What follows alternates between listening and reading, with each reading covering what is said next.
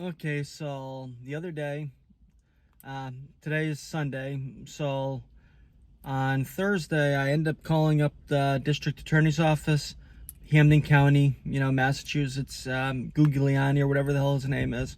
So I called up asking to speak to him because, as you're already aware, I'm facing, they charged me with three separate, crime, cases when it was within 2 to 3 months. They've really been stacking them on me. All, trying to silence me. I know. Some of you believe it, some don't, but if you listen to the motions to dismiss that I filed, it's pretty cut and dry. Okay, so on Thursday I called up asking to speak to him, because I figured, at least make it on the record that he's aware of what his assistant district attorneys are actually doing. Especially after the motion to dismiss hearing that was held in Springfield about the gun case where,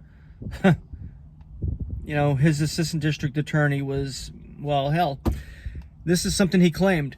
The law says there has to be in writing a revocation or suspension in order to give the person a reason why. And the ADA actually said that, yes, the law says that it has to be in writing with the reasoning behind the, suspension or revocation, but the law doesn't say that it has to be served on the individual whose license is being suspended or revoked. That kind of makes no sense. Even the judge said that makes no sense, because if it's not served on the, firearm owner, how are they supposed to know, number one, that their firearm license has been suspended or revoked, and number two, how are they supposed to know what for, in order for them to appeal it in the law, in district court, like it's actually stated in the law. But yeah, they're just trying to reach at straws. The judge didn't seem too keen that they actually went up to Vermont and confiscated my firearms, seeing I was legal to own in Vermont. Okay, well, I decided to call up the the district attorney and see if I could actually meet with him and discuss this, and bring it to his attention. And his secretary supposedly is not going to be in the office until Monday, which is tomorrow. And I left a message, and I figured, okay. But then how about this? Look at the timing. Friday, I end up getting a phone call, the very next day, from a probation officer in the Springfield District Court. Well, the district attorney's office, Hampden County District Attorney's Office, is actually located inside of the Springfield District Court. So I leave a message. Next day, another person in the same courthouse calls me up and informs me that I'm on probation and I need to check in with her. She has to know where I work, where I live. She wants me to call her up on October 1st. Which is another day I have to go back to court if the judge doesn't rule in my favor on the motion to dismiss. Which, how the hell am I on probation? I've never been found guilty of any criminal offense. None of my paperwork says that I'm on probation. Yet, I have an I have a probation officer calling me up, telling me that I am on probation. How is this even possible? I was released on conditions, but the conditions have already been, the conditions were actually that the firearms be turned over to the Springfield Police Department, even though ADA, the assistant district attorney, is saying that that's not the case. But then again, the probation officers tell me that that's the case. So no matter what, the Springfield Police have the guns, and I'm keeping them there until everything is situated, because I don't want to have anyone claim anything other, So if you look at it, my only conditions in that case were that I had to turn in my firearms to the Springfield Police Department, which I did. Yet I have got a probation officer telling me I'm on probation because my conditions, even though my conditions only said turn in your firearms. I sent her a text message after she sent me a text message with her information, asking her to provide me with the paperwork that actually puts me on probation. I received no reply at all. You know, like, I have a feeling that the probation officer calling me like this, especially working in the same courthouse as the district attorney, called me up in order to intimidate me about, you know, like, taking action against the district attorney's office. So I've got no idea what's going on right now, no idea what's going to happen, but the way everything else has happened, who knows, maybe I'll catch another charge.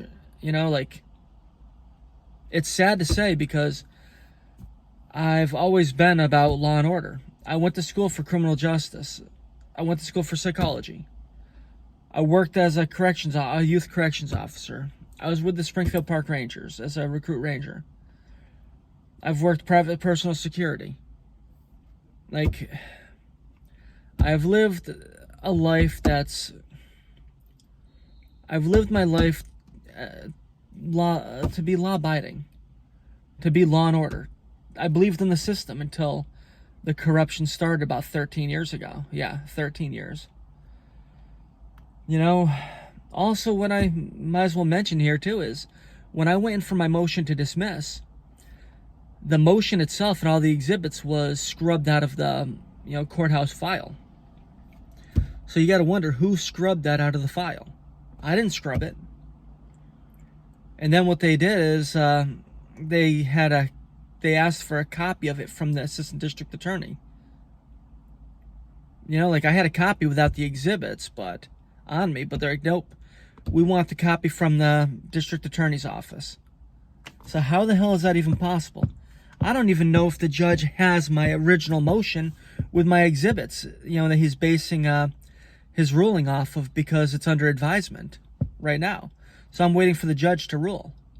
But who knows what paperwork he has, because I was never even provided a copy or shown what the district attorney gave the, you know, court clerk, you know, to look at.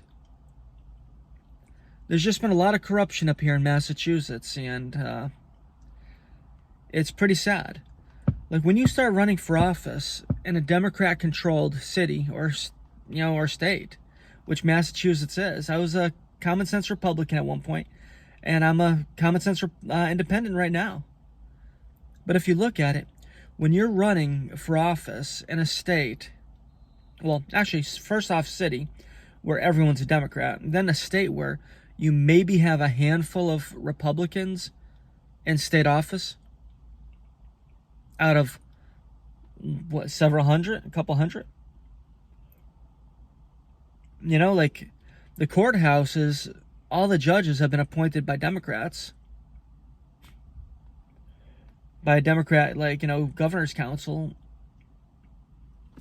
I don't know, like, so basically what I'm saying right here is that I feel like that probation officer contacted me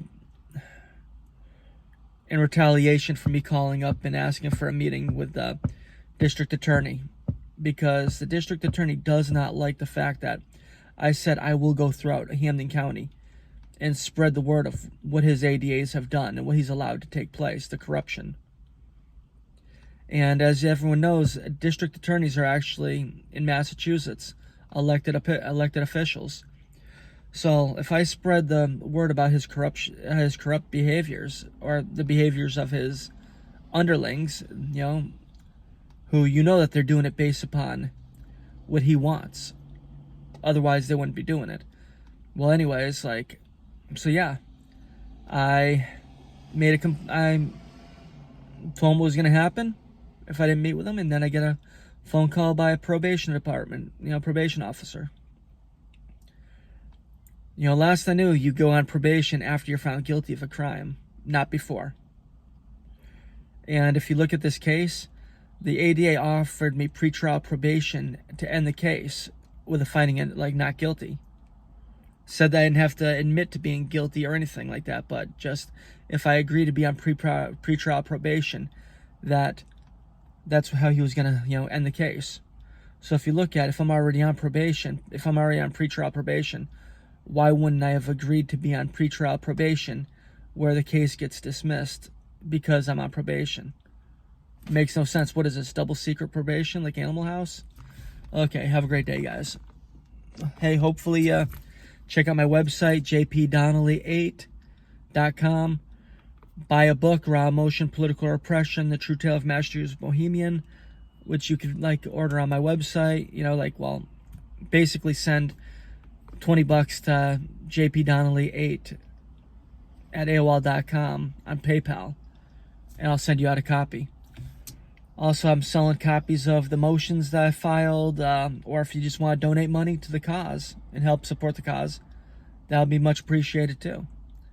I'm not a rich person by far, and I'm representing myself in these cases and dealing with the corruption on a day-to-day basis. Okay, have a great day, guys.